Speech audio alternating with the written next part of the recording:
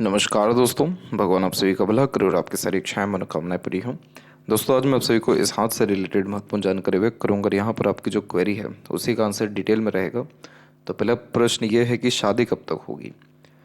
यहाँ पर सबसे पहले हम देखें तो आपकी पाम में जो सपोर्टिव लाइन्स हैं वो जो एक्टिव हो रही हैं वो बहुत स्ट्रांगली 35 एंड 6 से ही हो रही हैं। और यहाँ पर मैरिज होने में डिले आपको इसलिए हो रहा है क्योंकि बहुत बड़े आइलैंड का फॉर्मेशन की अवेलेबिलिटी आपके माइंड लाइन और लाइफ लाइन के अकॉर्डिंगली है। इस तरीके का जब भी आइलैंड होता है तो कोई भी डिसीज़न प्लानिंग सफल होने में डिफ़िकल्टीज आती है और एक तरीके से लाइफ स्टक सी हो जाती है जिसमें बहुत कोई ज़्यादा चेंजेस नहीं हो पाता। डे रूटीन लाइफ एक ही जैसी रहती है, किसी तरह का अपग्रेडेशन चेंजेस या पॉजिटिव चेंजेस या डिज़ायर एम्बिशंस की फुलफिलमेंट, ये सारी चीज़ें नहीं होती हैं या फिर बहुत ही धीरे धीरे अपने असर देती हैं। तो यहाँ पर ये जो आइलैंड की अवेलेबिलिटी है ये अप्रॉक्सीमेटली स्टार्ट हुई है 22 के आसपास से और इसकी एंडिंग पॉइंट है 35 के एज में। तो यानी इस पूरे समय तक ये दिखाई दे रहा है कि अभी तक की जो लाइफ आप जी रहे हैं या जिए हैं वो अपने लिए नहीं बल्कि दूसरों के लिए या दूसरों के एम्बिशंस डिज़ायर को फुलफ़िल या वर्क दूसरों के करने में ही आपने अपना समय या एनर्जी यूज़ किया है। तो यहाँ पर 35 के एज के बाद में पॉजिटिविटी बहुत आपकी लाइफ में आएगी। जैसे कि ये जो आपके आइलैंड का ही फॉर्मेशन है, ये आइलैंड का फॉर्मेशन तब सबसे नुकसान देता जब इसमें कोई ब्रांच आगे की तरफ नहीं निकलता। लेकिन इस फॉर्मेशन ने क्या किया कि फिश सिंबल के फॉर्मेशन में इसको कन्वर्ट कर दिया कि इतना जो स्ट्रगल स्ट्रेस या ट्रबल आपने अपने लाइफ में सहन किया है या पेशेंस रखा है, इसका रिजल्ट अथवा परिणाम बहुत अच्छा आपको आएगा। अच्छे परिणाम का तात्पर्य यह है कि वेल्थ बहुत अच्छा आएगा, बहुत ही अच्छे खासे जीवन शैली में आप अपने आप को कन्वर्ट कर पाएंगे। यानी आपकी जो लाइवलीहुड है, स्टैंडर्ड ऑफ लिविंग है, उसमें बहुत ग्रेट अपग्रेडेशन होगा। नॉलेज में बहुत ज़्यादा ग्रेट एक प्रकार से चेंजेस देखने को मिलेगा जिसके कारण आप खुद का कोई ना कोई काम स्टार्ट कर देंगे। तो यहाँ पर आपके लाइफ में जो मैरिज का इवेंट है, जो सबसे मेन और पॉजिटिव इवेंट होता है, वो इसीलिए थोड़ा डिले में, क्योंकि एक तो आइलैंड का साइन है, दूसरा एक जो आड़ी रेखाएं हैं जुपिटर के ऊपर जब भी होती हैं तो ये भी मैरिज में डिले कराती क्योंकि पार्टनर जो है वो सुटेबल नहीं मिल पाते। तो इस कंडीशन में यह अरेंज मैरिज का भी साइन होता है। यानी आपके पेरेंट्स या जो आपके गुरुजी रहेंगे या आपके जितने भी बड़े लोग रहेंगे उन्हीं की कृपा आशीर्वाद या सहयोग से आपका मैरिज होगा। यह फॉर्मेशन आपको धार्मिक दयालु कृपालु बनाएगा, आपके पार्टनर को रईस बनाएगा।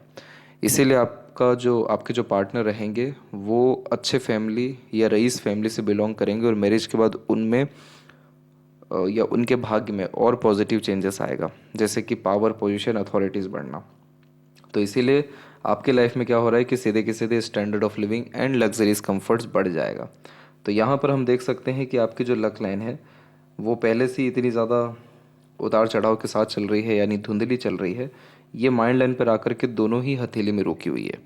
तो ये इस बात को दर्शा रही है कि आप अपने जॉब को खुद क्विट करेंगे और खुद के दम से कोई ना कोई दूसरा काम आप करेंगे।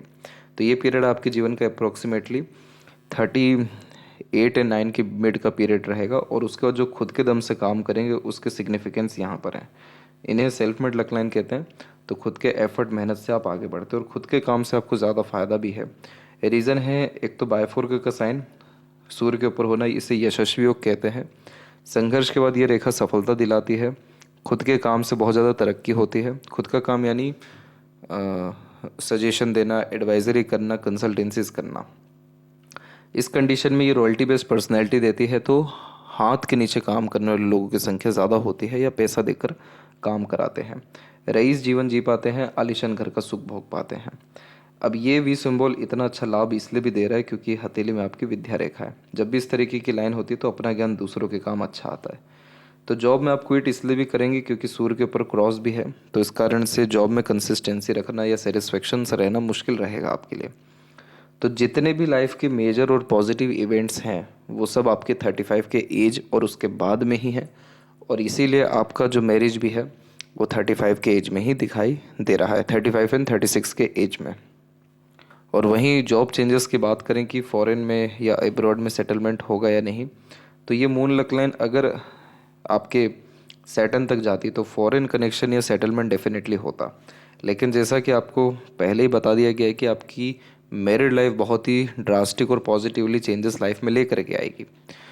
तो कहीं ना कहीं आप खुद इतने इंडिपेंडेंट हो जाएंगे, या कह सकते हैं कि फाइनेंशियल स्ट्रांग हो जाएंगे, कि आपको जॉब करने की नीड ही नहीं पड़ेगी।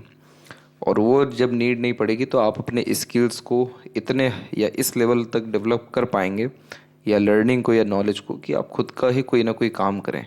तो आप अपने करियर में बहुत ही ग्रेट लेवल पे तब पहुंचेंगे जब आपका खुद का कोई वर्क हो, खुद का पैशन, खुद की हॉबी, खुद के इंटरेस्ट को जब आप फॉलो करें।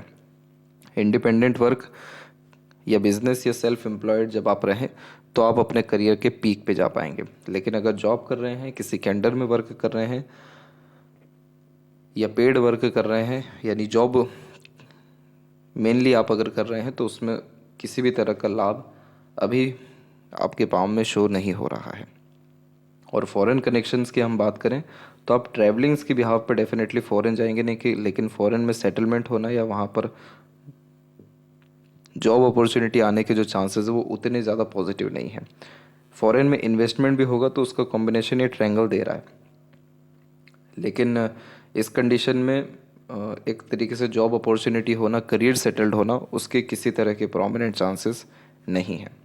लेकिन अगर आपको यही डिज़ायर है, यही एम्बिशन है कि फ़ॉरेन में आप खुद जा कर के सेटल्ड हो या जॉब करें, तो उसके लिए आपको आपके सन को इम्प्रूव करना ज़रूरी है। सन पर क्रॉस है एक तो, और सन जैसे ही इम्प्रूव होते हैं वैसे ही आपका लक इम्प्रूव होगा, देन आफ्टर आपको फ़ॉरेन अपॉर्चुनिटीज़ आ पाएगी। इसके बाद जो आपका लास्ट क्वेरी है वो है हेल्थ के रिगार्डिंग। तो आपका जो इंटरनल मार्स है वो हल्का सा वीक है, और ये जब वीक होता है तो रोग प्रतिरोधक क्षमता कम होने लगता है। तो कुछ ना कुछ फिजिकल एक्टिविटी प्रेफर करना, एक्सरसाइज, योगा, प्राणायाम सबसे अच्छा चीज़ है। ये करने से क्या रहेगा कि इन फ्यूचर जो भी थोड़े बहुत हेल्थ इशू होने के चांसेस है, क्योंकि मेजर हार्ट लाइन में प्रॉब्लम नहीं है, लेकिन रेखाएं थोड़ी बिखर रही हैं। अप्रोक्स 46 में, 53-4 में, और लाइफ लाइन के ऊपर भी हम देखें तो यहाँ पर थोड़ा सा बिखराव है 34-5 में। तो यानी इन एजेस में आपको हेल्थ इशू आ सकता है, या फिर एनर्जी लो फील कर सकते हैं। तो उसके लिए अभी से मंगल को इम्प्रूव किया जाए तो मेजर इशू नहीं आएगा। और शुक्र आपके हथेली में अच्छे हैं, तो यह लंबी आयु, अच्छा स्वास्थ्य, यह बहुत जल्दी हील व्यक्ति को करवाते हैं। तो इसीलिए किसी तरह का मेजर हेल्थ इशू आपको नहीं होगा इन फ्यूचर भी। लेकिन हमारी कोशिश रहेगी कि आपको हेल्थ इशू ही ना हो, इसलिए आपको इंटरनल मार्क्स को मजबूत करना ज़रूरी है। इधर पे भी जो बात कही गई थी कि लक लाइन माइंड लाइन पर रुक रही, तो वो ये बात है। तो अपने खुद के डिसीजंस में कहीं ना कहीं करियर में खुद आप चेंजेस करेंगे, और आपकी माइंड लाइन डिक्लाइन है तो आप 100% रिसर्च में जाएंगे, अपनी खुद की बुक राइट कर सकते हैं, कंसल्टेंसीज ओपन कर सकते हैं, या खुद का किसी भी स्तर का काम कर सकते हैं, जिसे इंडिपेंडेंट वर्क या बिजनेस ही कहते हैं। क्योंकि माइंड लाइन से स्ट्रॉन्ग लाइन अपर पोजीशन में जा रहा है, जो मैनेजमेंट को इम्प्रूव करता है, ऑर्गेनाइज वे से वर्क करते हैं, और इंडिपेंडेंटली अर्निंग करने में सक्षम दिखाई देते हैं।